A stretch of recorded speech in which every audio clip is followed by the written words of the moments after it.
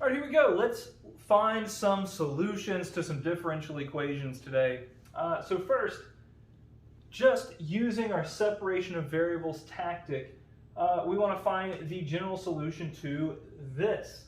And if we are looking at a dy over dx, there's a few ways we could separate these variables, but the goal when we're separating variables to get all the stuff with y on one side, all the stuff with x on the other. So we've got to use some algebra here.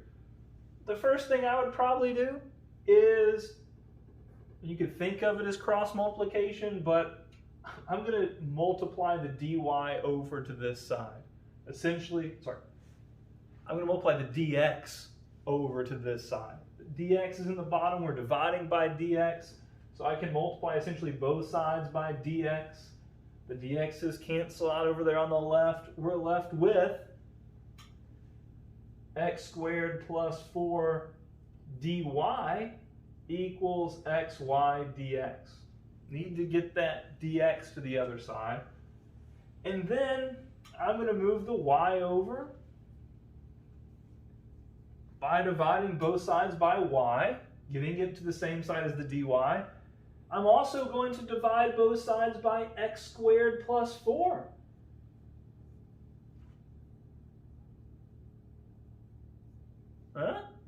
Over here on the left, the x squareds plus 4s cancel out, and so we're left with 1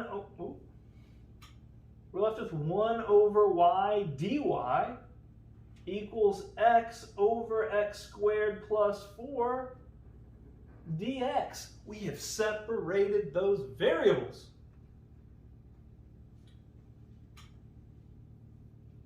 We now want to integrate both sides.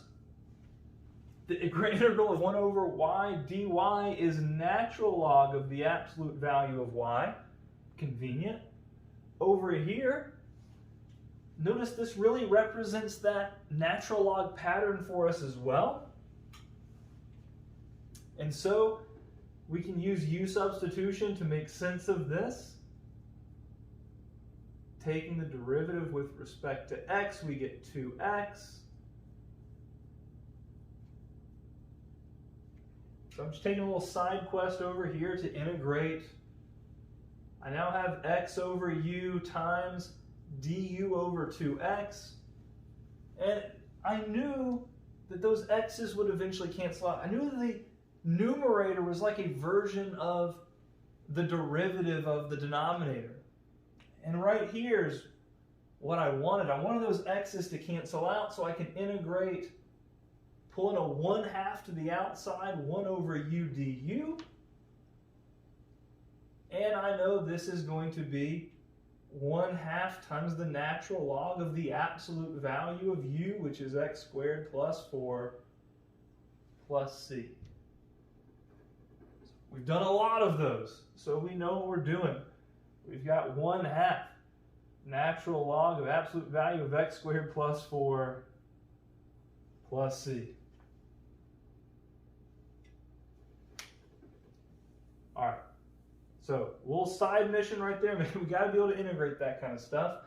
And so now, this right here technically represents a general solution. Right here, technically represents it. But sometimes we do have to solve for y. Sometimes we have to go those extra steps and get y completely by itself. And so here's what I would do. Here's how I would get y completely by itself. Really important steps. We're going to have to do this more than once. We're going to have to do this. We're going to have to understand how to navigate through these natural logs. The first thing is I would probably get rid of this 1/2 in front of the natural log. 1/2 natural log of absolute value of x squared plus 4. If we bring that in as an exponent, that's natural log of x squared plus 4 to the 1/2 power. And something to the 1/2 power means we're square rooting it. So I can rewrite this as natural log of the square root of x squared plus 4. That's going to be easier to deal with, getting that 1/2 out of the way. So to undo natural log, because I'm trying to get y by itself, to undo that, I'm going to let e be the base to both sides. E is the base to natural log of y. E is the base over here. And E being the base to natural log cancels out and leaves me with the absolute value of y. Over here, E is the base to this entire expression. And if we are adding two things in the exponent of E, it can be rewritten as E to the natural log of the square root of x squared plus 4 times e to the c. We broke it up, same base, we would add the exponents when we're multiplying, so we just did the opposite. We broke it down. E to the c is just a constant value. E raised to the power of c is some number. So it's still just some constant c, and it's multiplying. So I'm just going to bring it out to the front. Now, e raised to the natural log, we know that cancels things out. And so we're left with the square root of x squared plus 4. We still have absolute value of natural log over here. And if we are talking about natural log of y, what, did I say natural log here? Absolute value of y. We got rid of natural log. Absolute value of y. Absolute value of y is still left. And so to get y completely by itself, we know that means that it could be either positive or negative. C times the square root of x squared plus 4, and a positive or negative constant is still just some constant value. So y equals some constant times the square root of x squared plus 4. That's the best answer. Technically, right here in blue represented the general solution, but we're going to need to know how to solve it for y. That's going to be real important, real vital for us. So wow, what a question.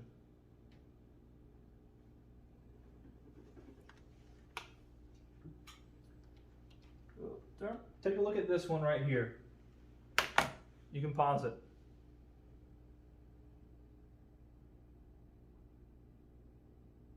All right, let's try it out. I'm going to separate my variables.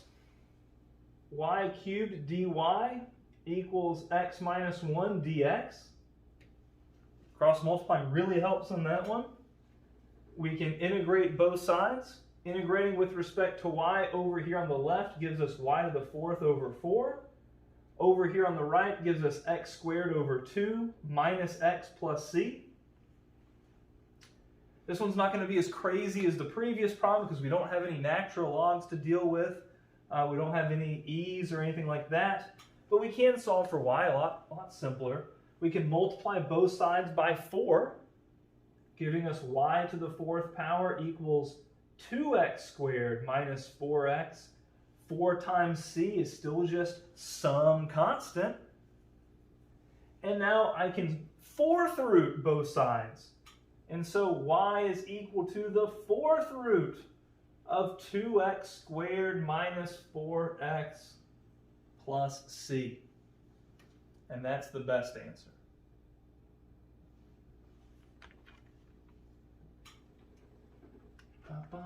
All right, here, this one looks daunting to say the least. Looks pretty bad. I don't think it's going to be as bad as we think it is. We got to first start with finding, even though we want the particular solution, we got to start with finding the general solution. And we got to find the general solution by first separating those variables. So, what do I want to start with here? Again, lots of options. I'm going to subtract over the xy dx. And e to the negative x squared times something means I can bring that to the bottom and make that a e to the positive x squared. Y squared minus 1 dy. So I already kind of have a separation in a way. I've got the dx on one side, the dy on the other. But I do need to divide both sides by y to get rid of the y's. So I'm going to divide this side by y over here. And then to get rid of the division of e to the x squared, I'm going to multiply both sides by e to the x squared. So notice what's happening. I'm dividing by y over here, which is canceling out those y's. I'm multiplying by e to the x squared over here, which is canceling out those guys. And I'm left with y squared minus 1 over y dy equals a negative x e to the x squared dx. We separate the variables. That really is, it should be the toughest part of the problem. And now we do need to integrate both sides, left with respect to y, the right with respect to x, and both of these are really good integrals. So go ahead and pause this and try to integrate both sides. See if we can do that. Here's how I would do it. Right here, we're dividing by a single term. We're dividing by y. And so first we can simplify. Before we even try to integrate, we still got to integrate, but first we can simplify, divide both terms in the numerator by y. And now both of those terms are going to be easy to integrate. Over here on the right, well, I'm going to have to integrate this because we got e raised to a crazy power. We're going to have to do some u substitution here. So I might as well just go ahead and first finish off the left side. Integrating y, we can do that simply with our reverse power rule. The integral of 1 over y is natural log of y. So we've taken care of that side. So over here on the right, let's really focus on this. We're going to need to do u substitution because we have u raised to a crazy power. I'm going to let that crazy power be u. That's pretty much our method when we've got e raised to a crazy power. We're going to take the derivative of u with respect to x. We're going to solve for dx, as we've done hundreds of times at this point. And when we go to replace,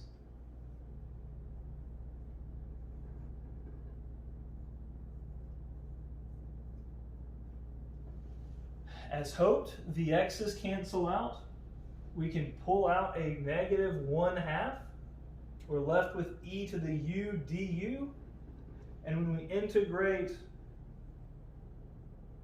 we get that e to the u plus c.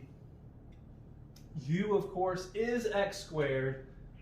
So we've got negative 1/2 e to the x squared plus c. So there's our integrals on both sides. And at this point, when I'm looking at this, and I know I've got more experience with these than you, solving for y right here, you're not going to be ever asked to solve for y in a situation like this, where we have a y in the natural log and one y being squared. This is not a situation we're going to have to solve for y in. And like I said, this is still a general solution. It is a plus c. We've got it in terms of x's and y's. We've integrated. This is a general solution. They didn't ask us to solve it for y, thank goodness. So here's our general solution. And now let's satisfy their request for a particular solution. So we're going to plug in a 0 for x. We're going to plug in a 1 for y. We've got to find c. So we've got 1 squared over 2 minus natural log of 1 equals negative 1/2 e to the 0 squared plus c. Over here we've got 1/2 natural log of 1. You know it's 0. E to the 0 power is 1 times a negative 1/2 is negative 1/2 plus c. To solve for c, we add over that 1/2. C ends up being 1. So this was our general solution, and if we just replace c with 1 it has now become our particular solution that satisfies that initial condition. Yeah. It's good. It's good stuff. All right, so there's two right here, but I think one of them looks a little bit similar to the one we just tried. Try that first one right there. You're given this differential equation, you're given this initial condition. Pause it now and go ahead and try to find the particular solution.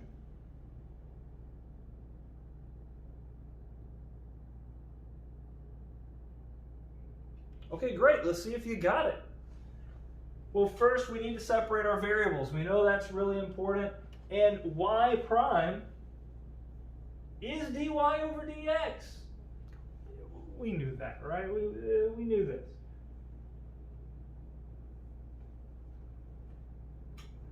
I'm going to add over the 2e to the x. We have y dy over dx equals 2e to the x. I'm going to multiply both sides by dx, so we have dy on the same side as y equals 2e to the x dx. We have now separated our variables. We did it. Those are the steps to separate our variables. We now integrate both sides. The left side, y squared over 2 equals 2e to the x plus c. The x wasn't crazy. The integral of e to the x is e to the x plus c. Here is a pretty reasonable one if you did want to solve for y. You didn't have to. Did it say you had to solve for y? We didn't have to, but not too crazy. So we'll work it out both ways. If you did solve for y, you would get y equals really the positive or negative square root of 4e to the x plus c. And if we were to plug in a 0 for x and a 6 for y,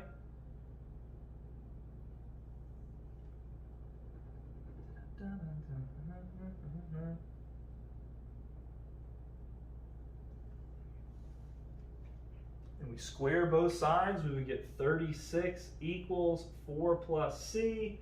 C ends up equaling a 32. So if we solved it for y, we have y equals, and it would end up being the positive square root. You could have left the plus or minus out there. I like that as well. 4e to the x plus 32. So if we solve it for y, that's what we would get. If we didn't solve it for y, if we just left it like this and we have that y squared over 2 equals 2e to the x plus c, and we put in our initial condition,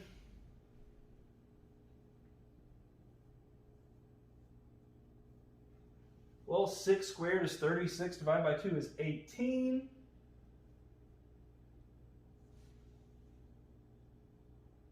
Uh, 2 plus c, if we subtract over the 2, we get 16 equals c. And so if we left it like this, didn't solve it for y, we would have y squared over 2 equals 2e to the x plus 16. Both of these are particular solutions that are correct. But solving for y, if we can, we're typically going to be expected to do so.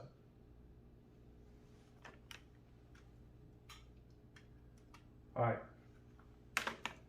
Here, the equation of the curve that passes through the point 1, 3 and has a slope of y over x squared. This is a fancy way of saying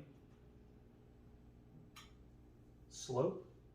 Okay, slope is dy over dx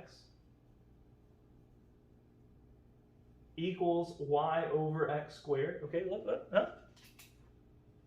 They gave us the slope. They gave us a differential. The slope is in the form of a differential equation. They gave us a slope. They gave us a differential equation. We want the equation of the curve that passes through this point. This is a fancy way of asking the same question we just found. They want the particular solution. They want the particular equation that passes through this point and has a slope that satisfies this. So, go ahead and pause the video again. Let's find the equation of the curve. Let's find the particular solution that satisfies this, goes through the point 1, 3. Go for it.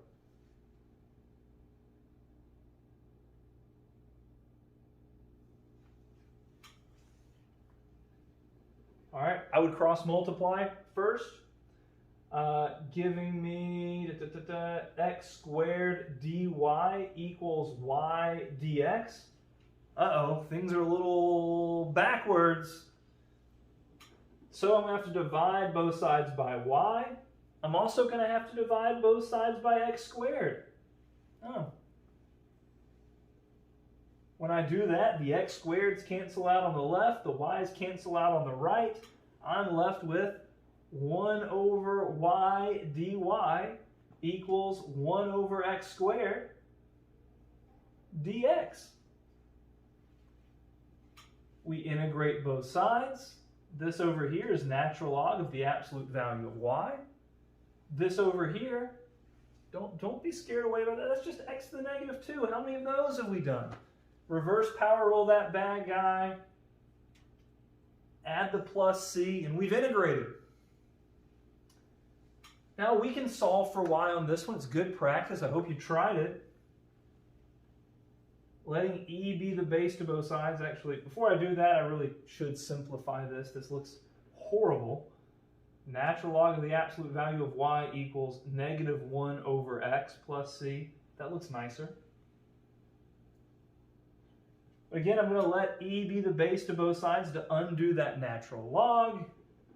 Absolute value of y equals e to the negative 1 over x plus c. We saw these steps earlier. Because that plus c is in the exponent, I can see this as multiplying times e to the c. Multiplying the same base, we add the exponents. And multiplying by e to the c is the same thing as just some constant. So I'm able to get that c out of that exponent, making this a lot nicer on myself. And so absolute value of y equals c e to the negative 1 over x, and y is equal to, because it could be either positive or negative c, so it's still just c. Here's a really nice general solution if we were to solve for y. And I do realize that you might have left it more in this form right here, even though this one's better. So let's see the particular solution for each of these. If we plug in a 1 and a 3 right here, if we were to plug in a 1 and a 3, we have natural log of 3. Oh, this is not going to be too fun, is it? Natural log of 3 equals a negative 1 over 1 plus c. C then equals natural log of 3 plus 1. It's not too pretty, but when we do write it, we have natural log of the absolute value of y equals negative 1 over x plus natural log of 3 plus 1. You just plug it in there for c. Not much else we can do. But down here, it might turn out to look a little bit nicer. Maybe not. Let's see. Well, if we already have it solved for y, we plug in the 3. We plug in the 1. Negative 1 divided by 1 is a negative 1. So this is 3 equals c over e. And if I multiply the e over, c equals 3 times e. So going back to my y equals 3e times e raised to the negative 1 over x, because I have the same base, I could leave it like this. Yeah, because I have the same base and I'm multiplying, I can add the exponents. E has an understood exponent of 1. So this is y equals 3 e to the negative 1 over x plus 1. And that's pretty nice. I hope you agree.